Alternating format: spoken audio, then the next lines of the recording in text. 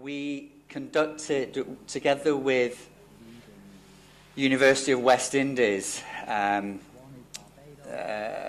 conducted the matrix assessment in 2 countries in the Caribbean, and we invited the lead investigator, who's a guy called Stanley Lalter.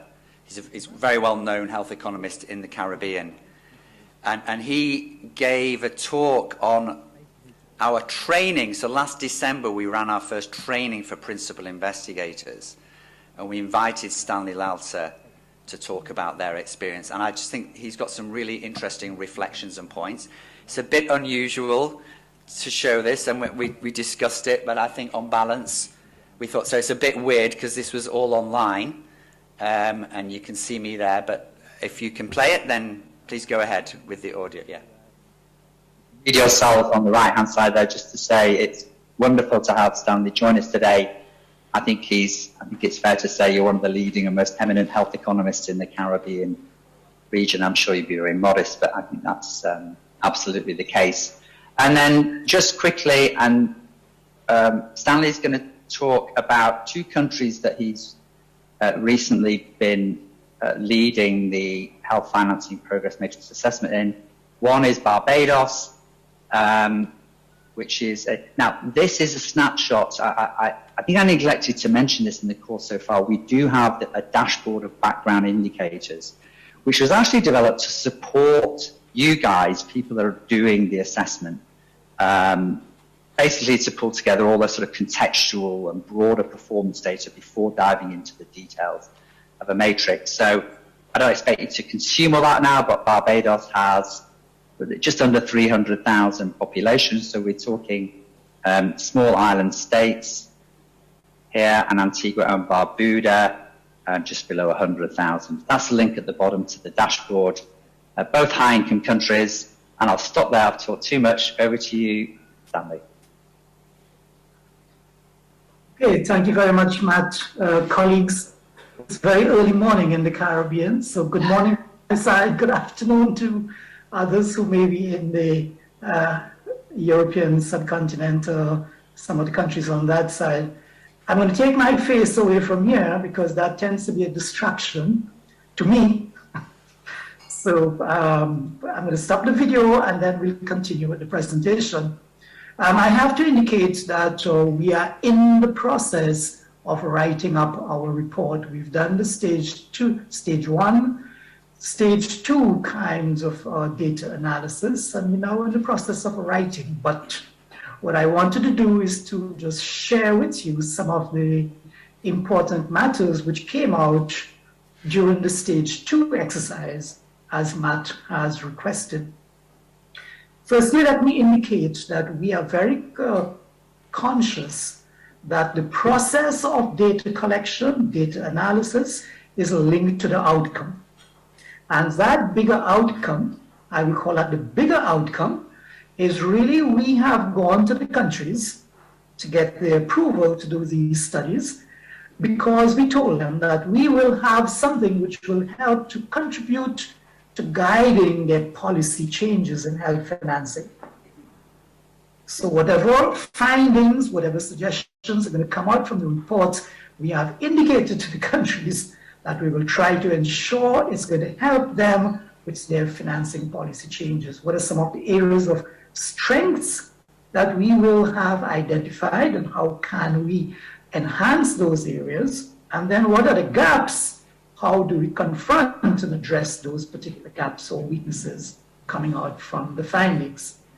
We've also indicated to the countries that we want the local team to be working very closely with us, because when it comes to implementation of the strategies, for advocating the strategies for change, for implementing, for monitoring the strategies, it is the local team that has to be involved. Therefore, what we wanted to do from very early on is to get a local team set up to work along with us.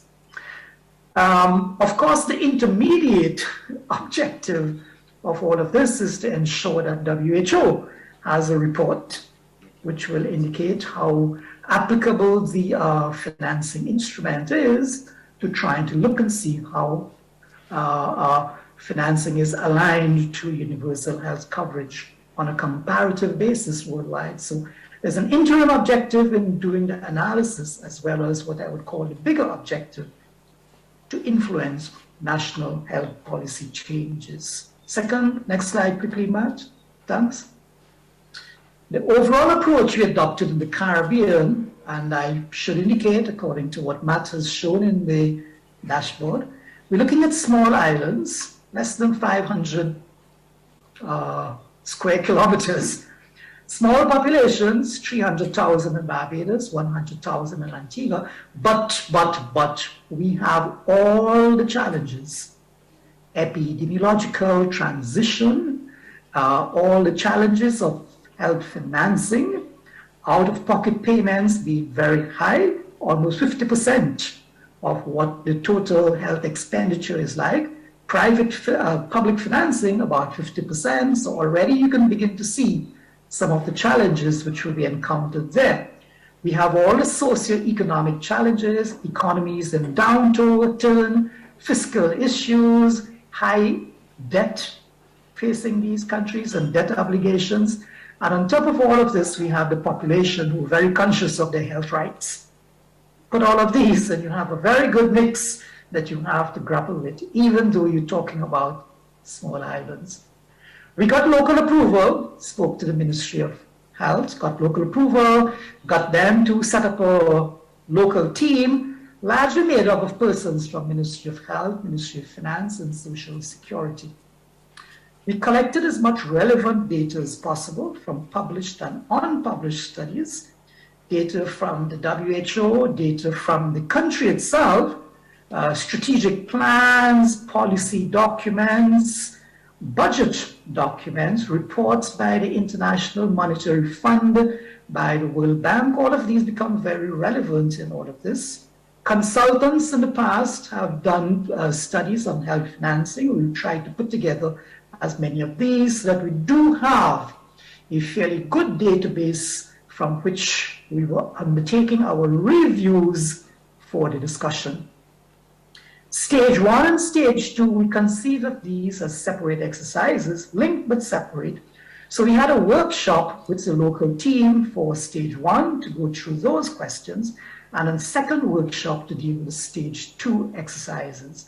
And then, of course, we had a single session to put together our findings from Stage 1 and 2 so we could validate the findings with the local team. Good.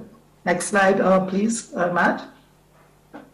So what exactly did we do in Stage 2, and how relevant this is, and what are some of the takeaway lessons that we can get from this?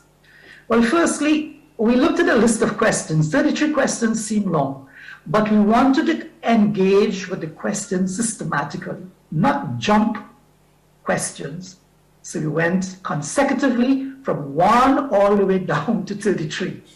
Avoiding the temptation of trying to relate to some questions which appear duplicate in some of the different functions, because we wanted to ensure that the discussion on every particular function, whether we're speaking about policy and governance, or revenue raising, or pooling revenues, or purchasing, we wanted to ensure that we have dealt systematically with each particular function as outlined in the questions and in the attributes around these questions. We use the data that we've gathered from Stage 1, which will have dealt with the landscape or the mapping of health financing arrangements. And as I indicated, we brought together all the other published, unpublished reports on health from the countries, strategic plans, policy documents, conference presentations, consultant studies. We looked at all the budget statements by the Prime Minister, Minister of Finance, Ministers of Health. We looked at the budget documents published every year. We looked at fiscal plans. IMF has been very active in all the Caribbean countries. Barbados, for example, has a current extended fund facility arrangement with the IMF.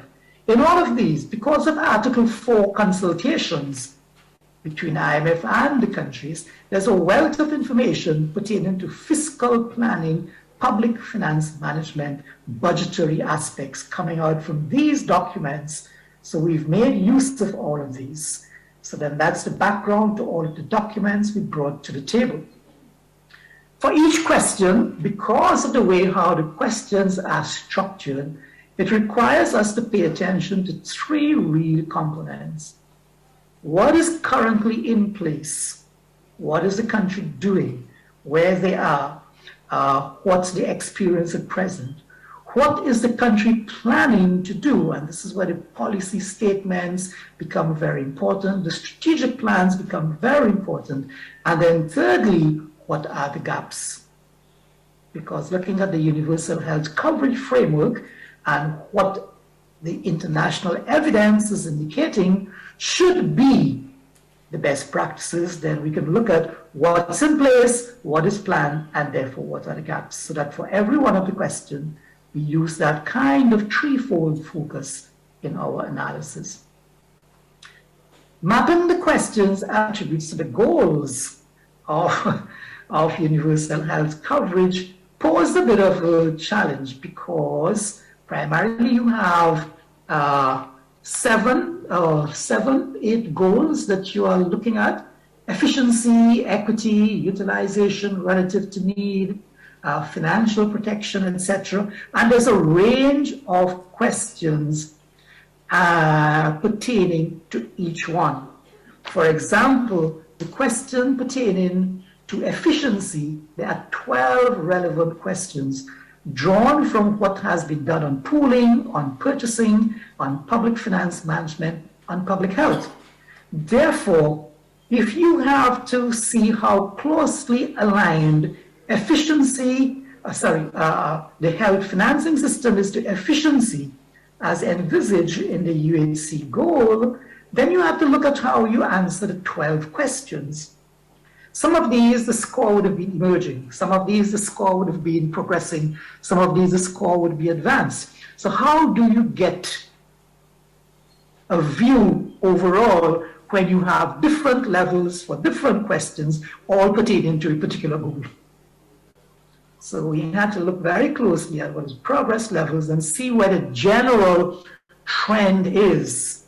And if 4 of the answers were advanced, and only 2 of them were, emerging, then we probably had to come up with, are we closer to the advanced level in terms of how we are achieving the goal of efficiency as compared to the emerging level?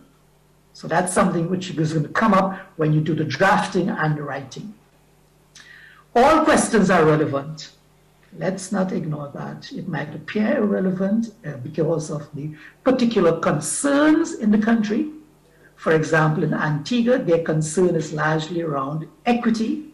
In Barbados, their concern is largely around efficiency, and they would have liked to pay more attention to those questions. But no, we wanted to look at the entire health financing system, and therefore all questions have to be answered, even though sometimes there may be appearing to be duplication in some of the questions. And finally, in all of this, and looking at stage 2, one has to be prepared to debate the progress level with local officials. What do I mean by this? The local officials may be drawn from the Ministry of Health or the Ministry of Finance. Ministry of Health, they come from different departments. Some may be with pharmaceuticals, some may be with primary care, some may be with immunization, some may be with secondary care. Each one has a particular viewpoint of how their department or how their program is operating. They may not have the total picture as to what is happening in the country. And therefore, the persons from primary care may feel that they're doing very well, and for them, all the scores should be advanced. Now, that cannot be so. It has to be balanced. So when local officials want to take sides because of which department or which area they're coming from, one has to be prepared to debate overall progress in the country by pointing out to them that primary care may be doing well, Immunization may be doing well, 90, 95% coverage in the population. But what is happening with the rest of the health financing system for the rest of the programs? And that is something which has to be taken on board. So you avoid ending up with an overly optimistic view or favorable view of what the financing institutions like, or with an unfavorable view. So one has to be prepared as the principal investigator, bring all the data which has been gathered, all the reports, and be prepared to debate with local officials who may take sides on particular questions. Finally, last slide, Matt. Okay, some of the main challenges. All of this is being done online, I have to admit. It's all being done online. And online workshops tend to be time constrained, technology constrained. Most of the people are operating from home because of COVID. Home computers, the power of their computer, the power of their connection, the ability to see all persons at one time, that tends to be a bit more limited. So there's a bit of constraint in online workshops. COVID is getting away. I think Jürgen Jonat was pointing out the issues he's facing in Mauritius. COVID has gotten away. Senior officials who we've put together in a local team are also frontline workers. They have to manage programs dealing with COVID. It's very difficult to get them to stay for a long workshop. So the maximum 2 hours, the maximum we can get from them is in time they will respond to our queries, because they also have other pressing engagements to look at. Challenge, this is a new qualitative instrument. Some of the questions have several ideas, several components, and therefore the rating may straddle progress levels. Some of the rating may be between emerging and progressing. One has to be prepared to discuss these and come up with a fact. Some of the ratings may be between established and advanced. One has to be prepared to debate this because it is primarily a qualitative instrument. And I think Matt's mentioned the whole point about whose responsibility to take the recommendations forward, to roll them out. What's the suggestions? 3 main suggestions. Since we involve in the local teams, the local community, you need a very knowledgeable, respected local coordinator. This is a key person. This is your key informant who will share information, provide feedback, bring persons together, share documents, and all of these things. So having a respected, knowledgeable local coordinator is very important. What we've also found very important is, just as Matt has mentioned, that dashboard of quantitative indicators. This is a qualitative instrument, so therefore having the quantitative data, WHO database on health accounts, ensures that the analysis, the discussions are grounded and focused.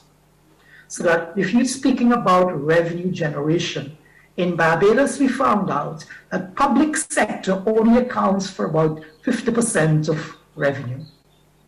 That means there's a very big chunk coming out from private spending and out of pocket.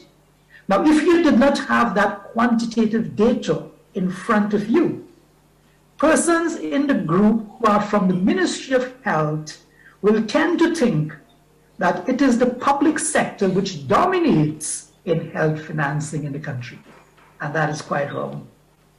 And that's why I indicate you have to have your data in front of you, quantitative data as well as review data, so you can debate and make sure that the discussions and the recommendations are grounded, because persons coming from the public sector tend to think that's the totality of the health system, and that is not. So ensure you have the grounded, the quantitative data to back up your discussion and the debate. And then, of course, in all of this, let's work closely with the WHO in the process. As I indicated, we are still drafting. We look forward to the draft. The country's looking forward to the draft, and we want to ensure that it's done in the right way. So coming out from stage 2, These are some of the key things that has to be borne in mind in terms of the type of instrument, the grounding of the data, the type of analysis, and the type of recommendations which are likely to come out from this